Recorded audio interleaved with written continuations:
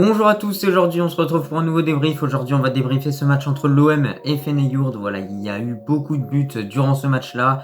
Franchement l'OM peut s'en vouloir parce que clairement ils ont donné cette victoire. On va parler de tout ça maintenant. Avant que je commence avec ce débrief, je t'invite à t'abonner, à liker et à commenter, me donner ton avis sur ce match quand même complètement fou.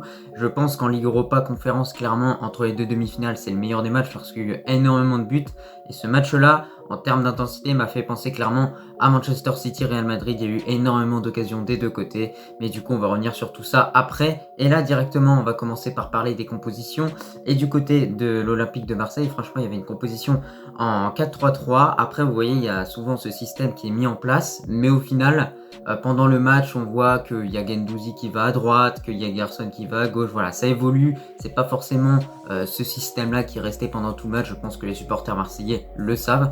Mais en tout cas, au goal, on avait Mandanda, en défense Rongier, accompagné de Caleta, Char, Saliba, en charnière centrale. En défenseur gauche, Luan Pérez qui a fait une prestation catastrophique aujourd'hui, c'est le cas de le dire, comme cette défense. Clairement, cette défense de l'OM, là, je préfère directement vous mettre dans le bain.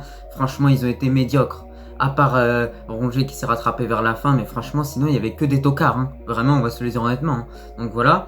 Sinon, pour le milieu de terrain, il y avait Guendouzi, Camara avec Gerson. Et en trio d'attaque, Bamba Dieng, accompagné de Bakambu et Dimitri Payet. Après avoir parlé de ces compositions, là directement, je préfère parler du match. Alors déjà, l'OM clairement n'était pas en condition dans ce match dès le début du match parce qu'ils ont pris 2 buts en une mi-temps et ça c'est pas normal déjà.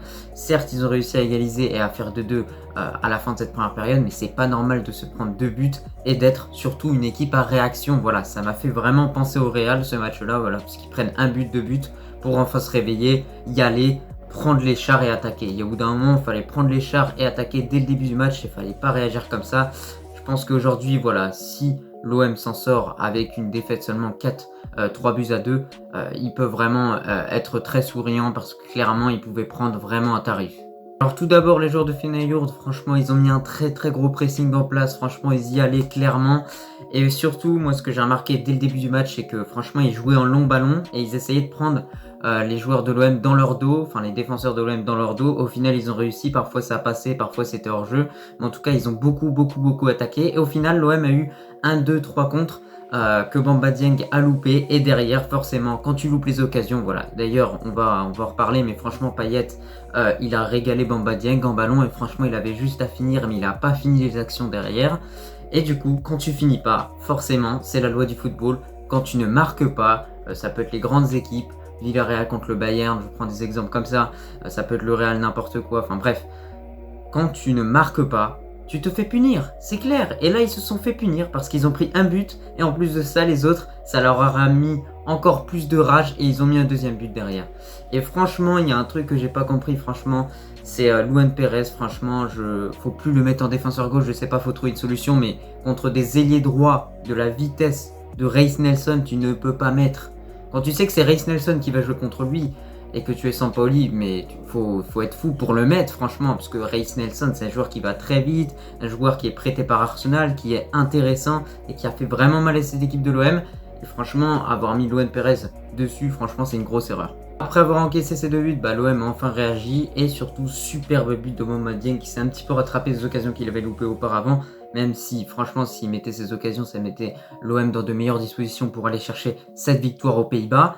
Donc voilà, superbe frappe. Et ensuite, on a ce but de Gerson qui viendra un peu plus tardivement dans le match. Mais en tout cas, c'était mérité parce que l'OM clairement s'est réveillé. Alors là, pour cette seconde période, je n'ai rien compris. 10 secondes après le coup d'envoi de la deuxième période, l'OM prend but. C'est incroyable parce que franchement, c'est un but mais tellement idiot. Et c'est un cadeau. C'est un cadeau. Clairement, ce but-là, c'est un cadeau. Caleta Char qui regarde même pas à qui il va mettre le ballon. Il la passe derrière. C'était pour Mandanda, au final il y a un attaquant qui traînait par là comme d'habitude, puisque voilà, on a vu que quand même ils allaient chercher très haut et justement ça les exposait du coup à des contres qu'au final l'OM n'a pas su mettre au fond.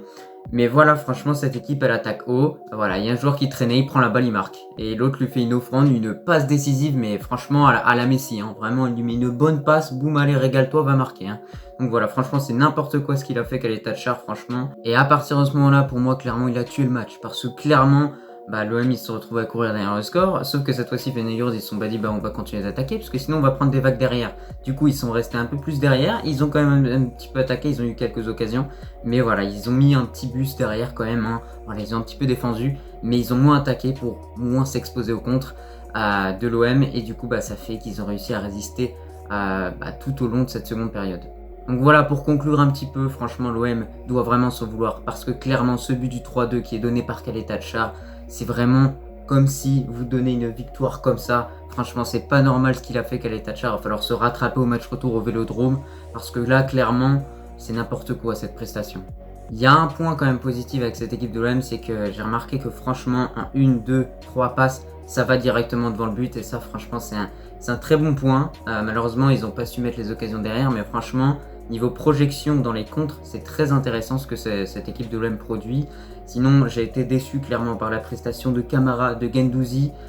Franchement, très bonne prestation quand même de Gerson. Dieng qui loupe des occasions certes, mais bon, il est jeune, on va pas lui tomber dessus.